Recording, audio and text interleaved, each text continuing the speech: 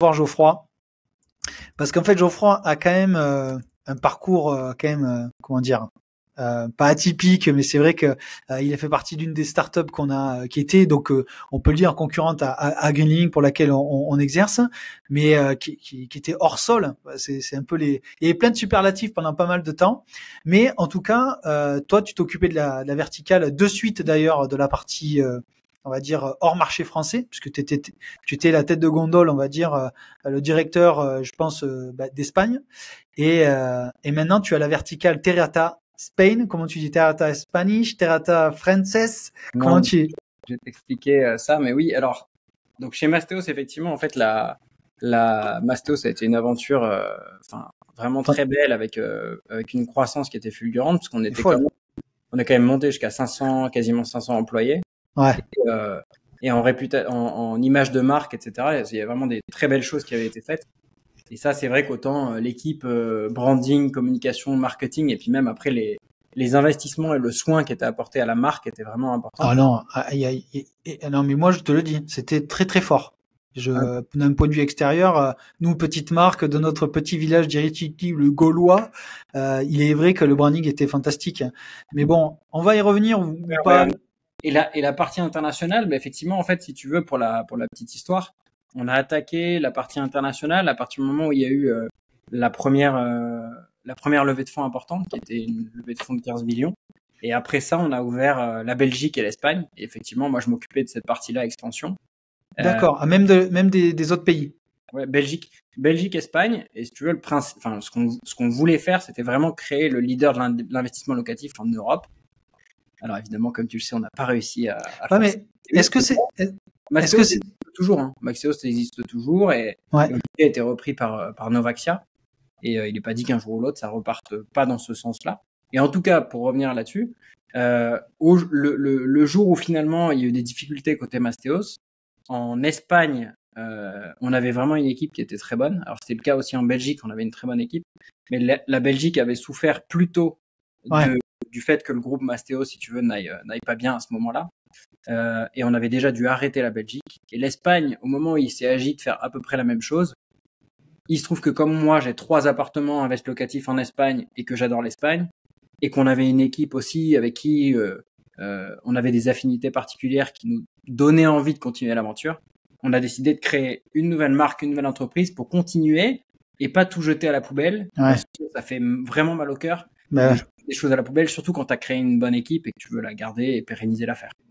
Bon, ok, mais on va y revenir. Mais Geoffroy, d'où tu viens toi? Parce que en fait, attends, alors, je vais te faire l'énoncé, je vais quand même t'introduire parce que là on a fait quand même une petite intro de suite. Mais quand même, Geoffroy, moi, pourquoi j'ai voulu te recevoir, c'est parce que bon, je t'ai vu déjà chez Mastéos que tu faisais l'expansion, ça c'est le premier point.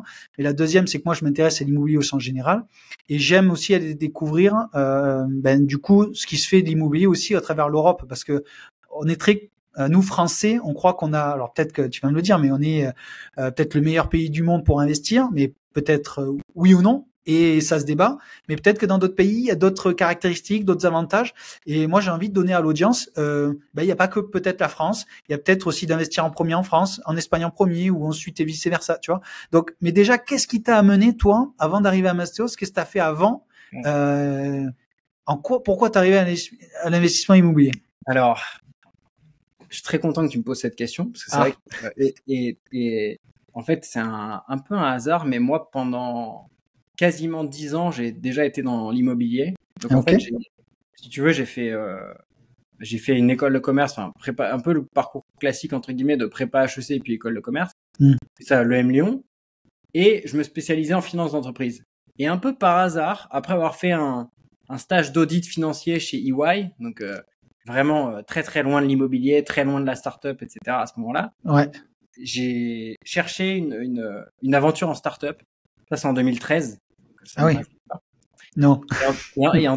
Et en 2013, j'ai rejoint une entreprise qui s'appelle ProperStar List Globally. T'as 2 noms différents. D'accord. C'est la même chose que SoLoger et Le Bon Coin, mais pour le marketing international des annonces. Donc du coup, déjà, de 2013 jusqu'à 2020, j'étais dans le monde des portails immobiliers et des agences immobilières, mais en étant sur du SaaS. Donc le modèle économique, c'est un agent immobilier paye un abonnement mensuel pour diffuser à l'international ses annonces parce qu'en local, il le fait déjà via Se Loger, Le Bon Coin, donc c'est pas la souffrance. La souffrance, c'est comment je touche des Chinois, des Américains, etc. Donc, j'étais dans l'immobilier sans être dans le transactionnel immobilier, en étant plutôt dans du software autour de l'immobilier. Ok. Et en étant dans cette entreprise, en la développant, j'ai rejoint, on était 7, et moi j'étais stagiaire, et je suis parti quasiment tout de suite à Shanghai en stage. Et quand je suis parti, j'étais directeur Europe et on était 150 employés et on avait vraiment créé une belle boîte. Et entre-temps, j'avais fait des invests locatifs parce que du coup, toujours pareil, au bout d'un moment, tu te poses la question de l'investissement assez tôt. Et moi, j'ai acheté mon premier appart. Alors, pas à Montpellier, mais la plus belle ville de France. Pas dans la plus belle ville de France, mais dans les deuxième et troisième plus belles villes. J'ai fait Lyon, Marseille. Et entre-temps, j'ai aussi fait de l'Espagne, où j'ai fait Valence dès 2018. Et après, j'ai refait Valence en 2021 et j'ai refait Valence en 2023. Et en fait, j'aimerais bien acheter encore plus d'appartements à Valence, mais en Espagne de manière plus générale. Après, je suis tombé amoureux de Valence, donc non, j'ai fini par concentrer mes investissements dans une ville. Mais j'étais devenu amoureux, comme tu vois, de l'investissement à titre personnel. Ouais. Donc quand Mastéos est arrivé, ce qu'il faut avoir en tête, c'est qu'en 2020-2021, quand Mastéos est arrivé comme une flèche et comme une bombe. Comme une bombe. À ce moment-là, tous les portails immobiliers, donc Se Loger, Le Bon Coin, alors peut-être pas Le Bon Coin, mais en tout cas Se Loger, et quasiment tous les portails en Europe, cherchaient à se rapprocher du transactionnel. Ils voulaient arriver à gagner un pourcentage de la commission immobilière, à l'achat, à la vente, ils savaient pas exactement comment. Et d'ailleurs, peut-être que Meilleurs Agents avaient été rachetés par le groupe Aviv. Par Aviv. Ouais. Et en fait, le but, c'était que Meilleurs Agents, ils arrivaient, côté vendeur en tout cas, à arriver à être très proche de ce qu'on pourrait dire un partage de commission en ayant un modèle lead vendeur. Mais d'ailleurs, je crois que le groupe Se Loger n'était pas actionnaire de Mastéos, non? Ah, ok. Ça a pas été le cas, ou alors en tout cas pas. Okay. Non, ils avaient fait un partenariat avec Beanstalk par contre. D'accord, ok, ça je savais pas. Okay. Mais oui, effectivement, à un moment donné, on avait aussi discuté avec le groupe Se Loger pour créer la section investir sur Se Loger, faire des choses ensemble autour de ça. Mais en tout cas, tout ça pour te dire que quand j'ai vu Mastéos arriver, je me suis dit, en fait, les portails immobiliers, donc le monde dans lequel j'étais, essayaient de se rapprocher de ça, et eux, sur une verticale, l'investissement locatif, ils arrivaient à monétiser chaque transaction et à faire quelque chose de très intéressant que beaucoup de gros déjà établis n'arrivaient pas à faire. Et évidemment, la rapidité d'exécution et la vision d'être le leader européen m'a intéressé parce que moi, avant, chez ProperStar et Lease Globally, j'avais ouvert des équipes d'à chaque fois à peu près 10 personnes dans plusieurs pays d'Europe et on arrivait à gagner de l'argent dans 50 pays quand même. Ouais, mais alors, je sais pas si on va se rejoindre sur ça, Geoffroy, mais moi j'ai vu en fait le modèle Mastéos arriver où j'ai de suite pensé que le modèle immobilier dans l'investissement locatif allait être difficilement scalable. Parce que moi, ma timeline, ce que j'ai adoré chez Mastéos, moi je vais te le dire, ce que j'ai adoré, c'est le branding. Franchement, je suis amoureux des belles marques. Je pense, je trouve qu'ils ont fait un travail fantastique de démocratisation, même s'il y avait des concurrents, des majors, tout ça. Moi, pour moi, ils avaient cassé le game du particulier. Comment te dire, pour moi, ils avaient cassé le game tu sors un peu de la sphère YouTube, tu sors de la sphère un peu réseaux sociaux. Tu as, on va les citer, tu as des marques comme Investissement Locatif, tu as des Bivouac, des gens qui étaient installés là depuis, on va dire, 4, 5, 10 ans, on va dire, qui étaient dans une sphère un peu réseaux sociaux. Mais eux, maintenant, sont arrivés, ils sont passés sur M6, ils ont cassé le game, ce fameux plafond de verre que tout YouTuber veut, c'est-à-dire de toucher le B2C, mais de masse. Et je trouve qu'ils avaient cassé ça.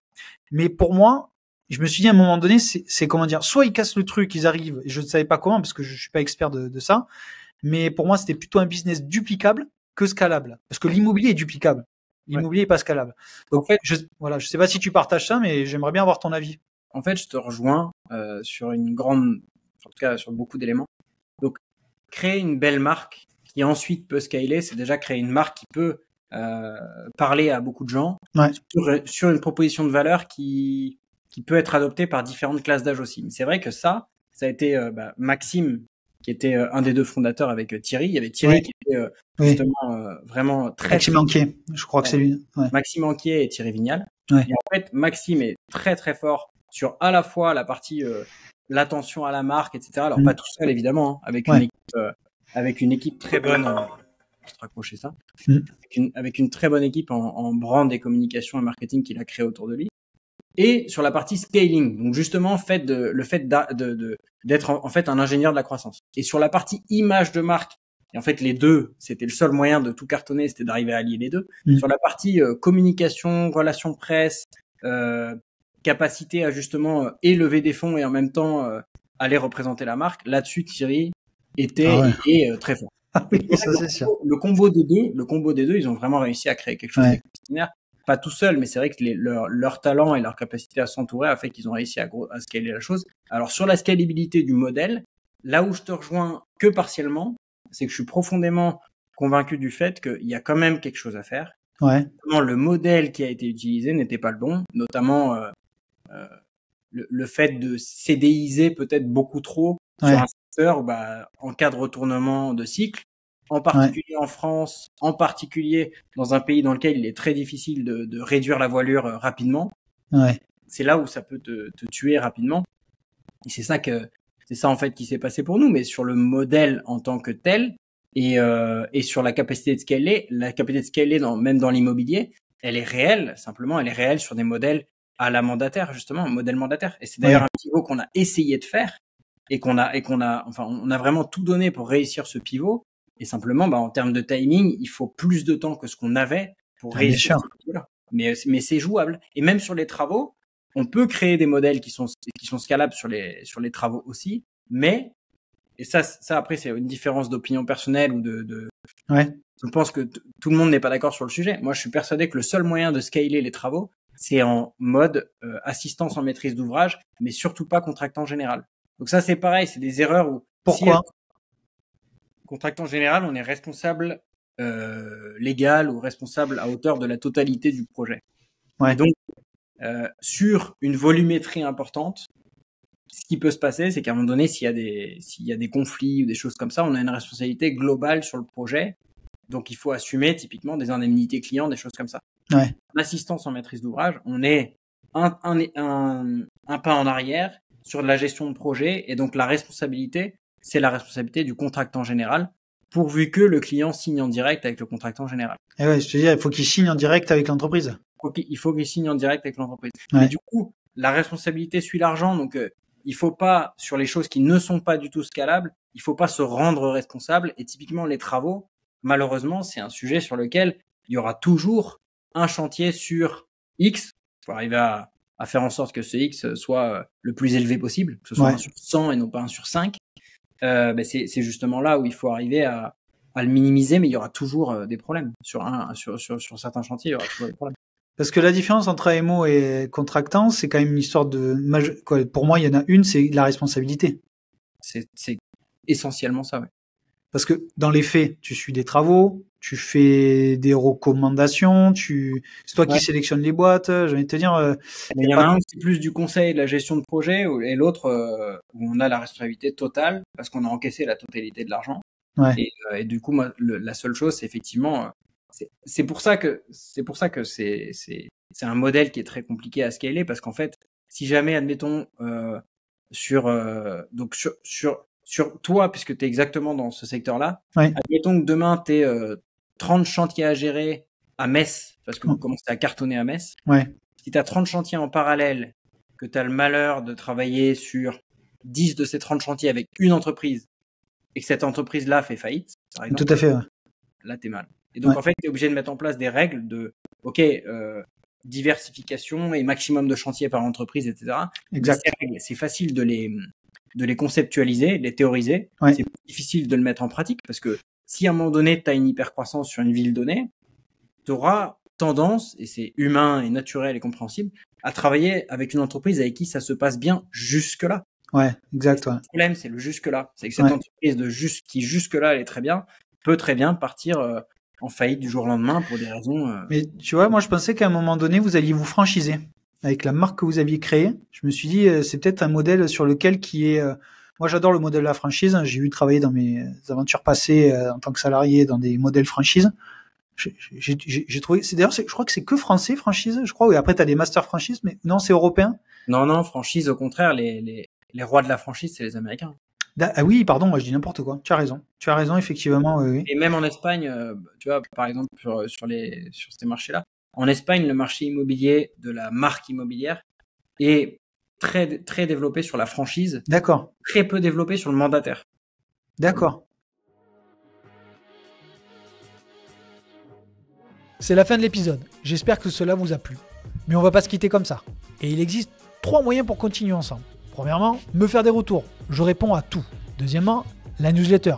On parle d'actualité sur l'immobilier, les différentes stratégies immobilières, mais on partage aussi nos dernières opportunités ou tout simplement découvrir l'avancée de notre aventure chez Green Living.